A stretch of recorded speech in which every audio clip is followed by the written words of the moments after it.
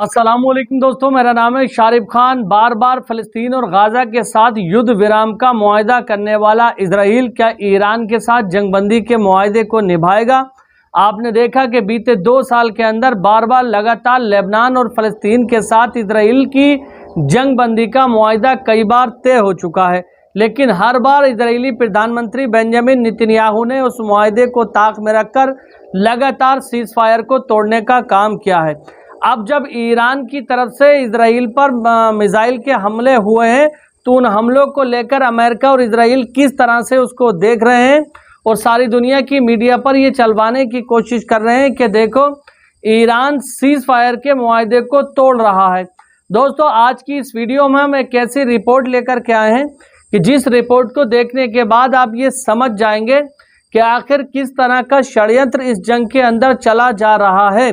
क्या ईरान ने अमेरिका और इजराइल के सभी षड्यंत्रों को फेल कर दिया है, जिसके बाद इजराइल और अमेरिका बौखलाहट में ऐसे कदम उठा रहे हैं कि जिसके चलते अंतर्राष्ट्रीय कानूनों का लगातार उल्लंघन हो रहा है। इस बात को केवल मैं नहीं कह रहा हूं, बल्कि वरिष्ठ पत्रकार, भारत में जाने माने पत्रकार रवीश कुमार ने भी इस पर एक रिपोर्ट बनाकर दुनिया के सामने पेश की है। तो वीडियो में देरी नहीं करते हुए हमारे साथ बैठकर रवीश कुमार की रिपोर्ट देखिए आप।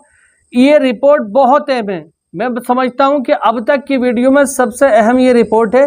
इस रिपोर्ट को देखना आप अमेरिका, इजराइल और ईरान से संबंधित हर उस चीज़ को समझ जाएंगे जो अभी तक इस युद्ध के दौरान आपने नहीं समझा है।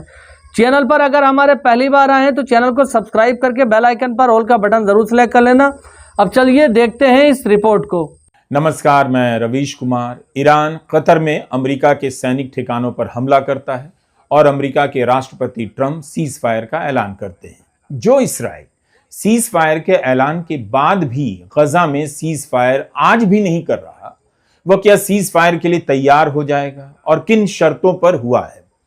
आप सीज फायर का नाम लेकर हेडलाइन पर कब्जा कर रहे हैं और उसी समय में गजा पर हमला सीज फायर की घोषणाओं का मजाक भी उड़ा रहा है। तो इन बातों को ध्यान में रखते हुए शांति के नए मसीहा ट्रंप के सीज फायर के ऐलान को देखा जाना चाहिए। फिलहाल उनके ऐलान से यह तय करना मुश्किल हो गया है कि कतर के अल उदेद अमेरिका के सैनिक ठिकानों पर हमला करना बड़ी घटना है या ट्रंप का सीज फायर का ऐलान करना। सब इंतजार कर रहे थे कि ईरान ने कतर के दोहा के पास अमेरिका के सैनिक अड्डे पर हमला किया है, तो इसके बाद अमेरिका ईरान पर भयंकर जवाबी हमला करेगा और फिर उसके बाद ईरान का बचना मुश्किल हो जाएगा। लेकिन ट्रंप सीज फायर और युद्ध की समाप्ति की भाषा बोलने लग गए। क्या वाकई सीज फायर हो जाएगा? युद्ध का अंत हो जाएगा? ट्रंप के बयान पर संदेह किया जा रहा है। कहा जा रहा है कि भ्रामक है, लेकिन उन्होंने ईरान के हमले के बाद यह तो नहीं कहा कि अब अमेरिकी लड़ाकू विमानों का सामना करने के लिए तैयार हो जाओ। यही कहा कि हमला करके ईरान ने अपने सिस्टम से गुबार भड़ास निकाल लिया है। सीज फायर की घोषणा के कुछ घंटों बाद ट्रंप ने दोनों देशों से कहा कि युद्ध विराम शुरू हो चुका है, इसका उल्लंघन ना करें। मगर 3 घंटे भी नहीं बीते और खबर आने लगी कि युद्ध विराम का उल्लंघन हो गया है। इसराइल ने आरोप लगाया कि ईरान द्वारा मिसाइलें दागी गईं जो हाइफा की तरफ आईं, इन्हें इंटरसेप्ट कर लिया गया है, मगर यह भी कहा कि इसराइल इस हमले का कड़ा जवाब देगा। दूसरी तरफ ईरान के विदेश मंत्री बयान दे चुके हैं कि हमने युद्ध विराम के शुरू होने से पहले के आखिरी मिनट तक हमला किया, यानी इसके बाद नहीं किया है। ट्रंप इस मामले में कमाल के लगते हैं। भारत और पाकिस्तान के बीच सीज फायर की घोषणा भी सबसे पहले उन्होंने की। अब ईरान इसराइल के बीच सीज फायर की घोषणा भी वही कर रहे हैं। दोनों देशों को बधाई दे रहे हैं कि इसराइल और ईरान इस बात को लेकर सहमत हो गए हैं कि पूर्ण रूप से सीज फायर होगा। अभी से 6 घंटे के बाद ईरान और इसराइल धीरे धीरे हमला कम करेंगे और 12 घंटे होते होते युद्ध को समाप्त मान लिया जाएगा। ईरान आधिकारिक रूप से युद्ध विराम शुरू करेगा और 24 घंटे के बाद 12 दिन की इस लड़ाई का आधिकारिक अंत हो जाएगा। दुनिया इसे सलाम करेगी। 12 घंटे में युद्ध विराम तो नहीं हुआ, ईरान और इसराइल एक दूसरे पर भीषण हमला कर रहे हैं, ऐसी खबरें आ रही हैं। लेकिन ट्रंप ने सीज फायर को लेकर 3 बार बयान दे दिया है। अपने दूसरे बयान में ट्रंप ने कहा है कि ईरान और इसराइल उनके पास युद्ध विराम के लिए आए थे। मंगलवार सुबह ट्रंप ने लिखा है, इसराइल और ईरान दोनों लगभग एक साथ मेरे पास आए और कहा कि उन्हें शांति चाहिए। मुझे तभी समझ आ गया कि अब समय आ गया है, दुनिया और मध्य पूर्व ही असली विजेता हैं। दोनों देशों को अपने भविष्य में अपार प्रेम, शांति और समृद्धि देखने को मिलेगी। उनके पास बहुत कुछ पाने को है, लेकिन अगर वे धर्म और सच्चाई के मार्ग से भटकते हैं तो बहुत कुछ खोने का भी खतरा है। इसराइल और ईरान का भविष्य असीमित है और संभावनाओं से भरा है। ईश्वर आप दोनों को आशीर्वाद दे। ईरान और इसराइल के बीच लगातार हमले के बीच युद्ध विराम का दावा, कहना कि दोनों उनके पास आए थे। क्या नेतन्याहू भी गए थे? ट्रंप के बयान को नाटकीयता भी प्रदान करता तो है, लेकिन विश्वसनीयता की चमक थोड़ी फीकी भी कर देता है। तब भी दोनों का अमेरिका के पास जाना बहुत कुछ जानने के लिए बेचैन करता है। ट्रंप के बयान दुनिया के बाकी नेताओं से अलग तो होते हैं।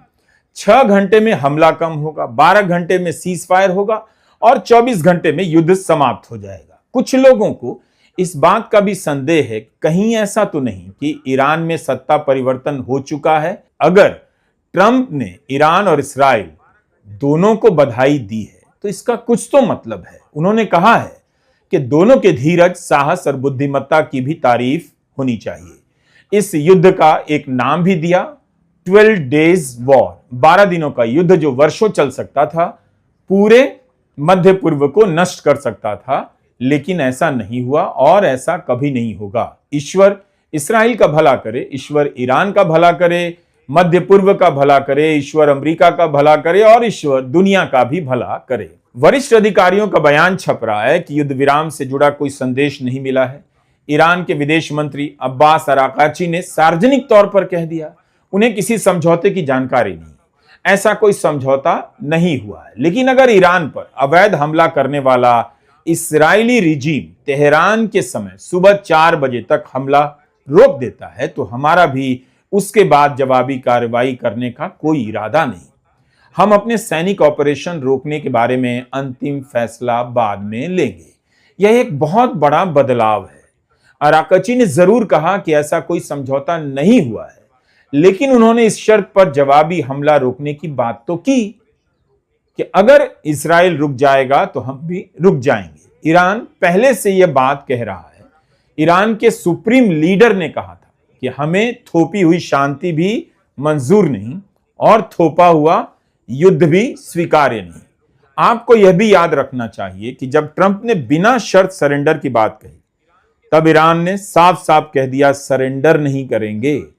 अमेरिका की धमकी का उन पर कोई असर नहीं पड़ेगा। लेकिन ये जनाब क्यों चुप हैं? 21 जून की रात जब अमेरिका ने ईरान पर बम गिराया, तब तो ट्रंप की तारीफ में कसीदे कसने लग गए। क्या क्या नहीं कहा नेतन्याहू ने, प्रार्थना करने चले गए और ट्रंप और अमेरिका की रक्षा के लिए दुआ मांगने लगे। साहसिक फैसले के लिए ट्रंप को धन्यवाद किया, कहा इससे इतिहास बदल जाएगा।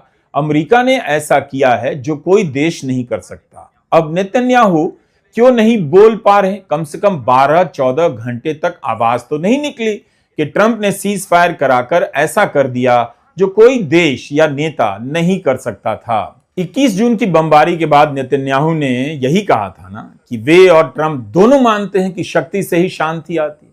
तो इस बार किसकी शक्ति से शांति आ रही है और किसकी शक्ति कमजोर पड़ने से शांति आ रही?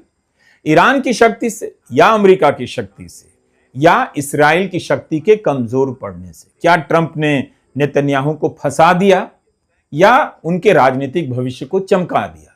ट्रंप अपने सोशल मीडिया पर शक्ति से शांति का पोस्टर डाल रहे हैं। युद्ध विराम का ऐलान उन्होंने पहले किया, ठीक भारत और पाकिस्तान के बीच सीज फायर की तरफ। तो क्या अब नेतन्याहू ट्रंप की तारीफ करेंगे? सीज फायर के स्वागत में या खंडन में इसराइल का तुरंत बयान क्यों नहीं आया? 12 घंटे में ट्रंप का 3 बार बयान आ गया। नेतन्याहू को बोलना तो पड़ेगा, लेकिन देखना होगा कि वे विजेता होने का नाटक किस तरह से करते हैं। गार्डियन अखबार ने न्यूज एजेंसी रॉयटर्स के हवाले से लिखा है कि सोमवार को ट्रंप ने इस्राएली प्रधानमंत्री बेन्यामिन नेतन्याहू से खुद बात की। वहीं उपराष्ट्रपति जेडी वांस ने तेहरान से बातचीत की। रॉयटर्स ने जानकारी व्हाइट हाउस के एक वरिष्ठ अधिकारी की जानकारी के आधार पर दी है। अधिकारी कौन है, इसका नाम गुप्त रखा गया है। इसके मुताबिक इसराइल ने युद्ध विराम पर तभी सहमति दी जब यह साफ हो गया कि ईरान कोई नया हमला नहीं करेगा। ईरान की ओर से भी संकेत दिया गया कि अब आगे कोई हमला नहीं होगा। रॉयटर्स के अनुसार कतर ने पर्दे के पीछे इस समझौते को करवाने में अहम भूमिका निभाई। एक अधिकारी ने रॉयटर्स को जानकारी देते हुए बताया कि कतर के प्रधानमंत्री ने तेहरान से फोन पर बातचीत कर ईरान की सहमति सुनिश्चित की, यानी इस सीजफायर के पीछे अमेरिका, कतर और अन्य मध्यस्थों की एक संयुक्त कूटनीतिक कोशिश रही।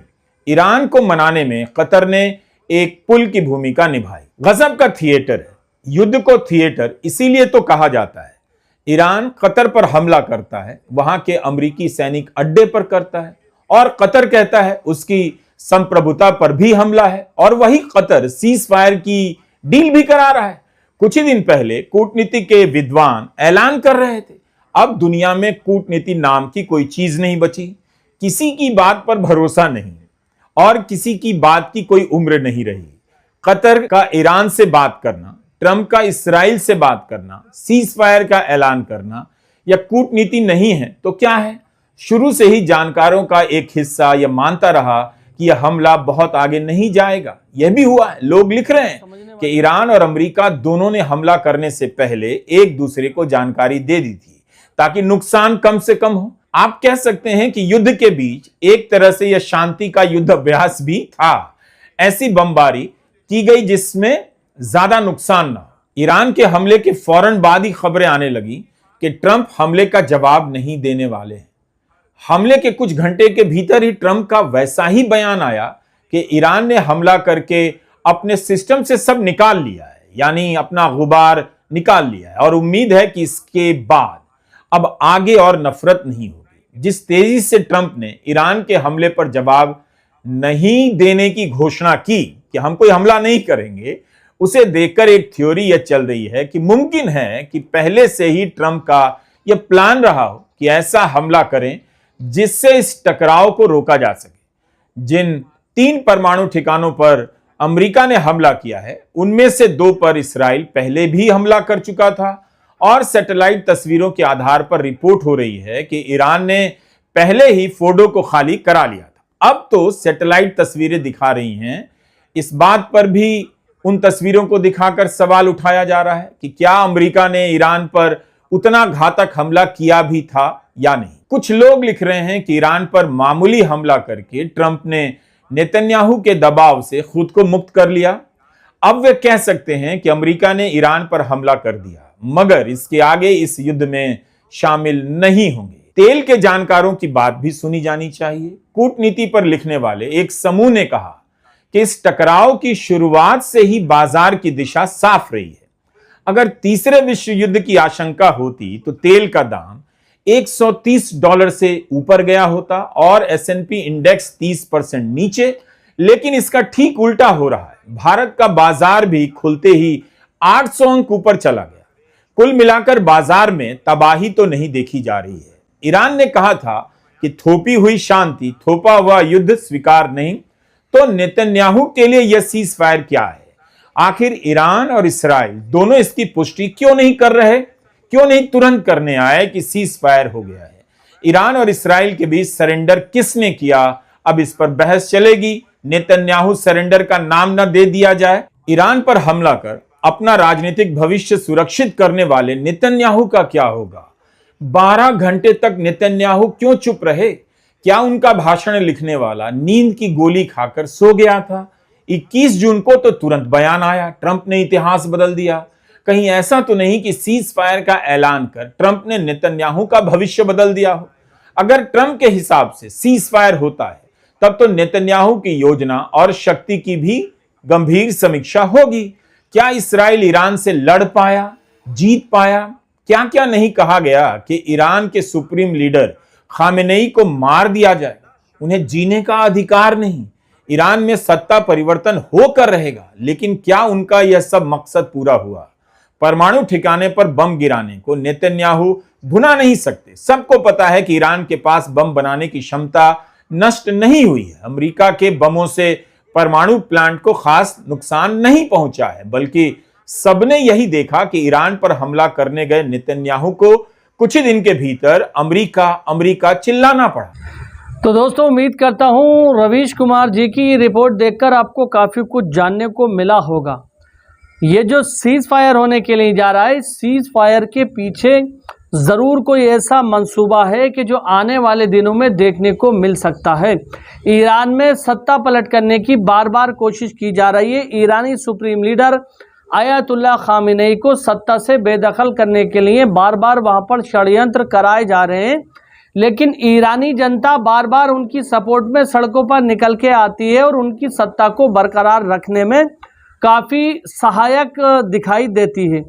तो क्या इस समय डोनाल्ड ट्रंप की तरफ से बार बार ये कहा जाना कि ईरान और इजराइल की भविष्य में अब कोई लड़ाई नहीं होगी, ईरान और इजराइल पूरी तरह से शांति के साथ एक दूसरे का साथ निभाते हुए रहेंगे, क्या इस बात को कहने के पीछे कोई और मकसद है, कोई चाल है? ये तो आने वाले दिनों में पता लगेगा। फिलहाल पल पल की रिपोर्ट देखने के लिए, पल पल का अपडेट देखने के लिए हमारे चैनल को सब्सक्राइब ज़रूर करें। मिलते हैं इंशाअल्लाह ताला अगली वीडियो में, तब तक अपने भाई को इजाज़त दीजिए। खुदा हाफिज़, जय हिंद, जय भारत।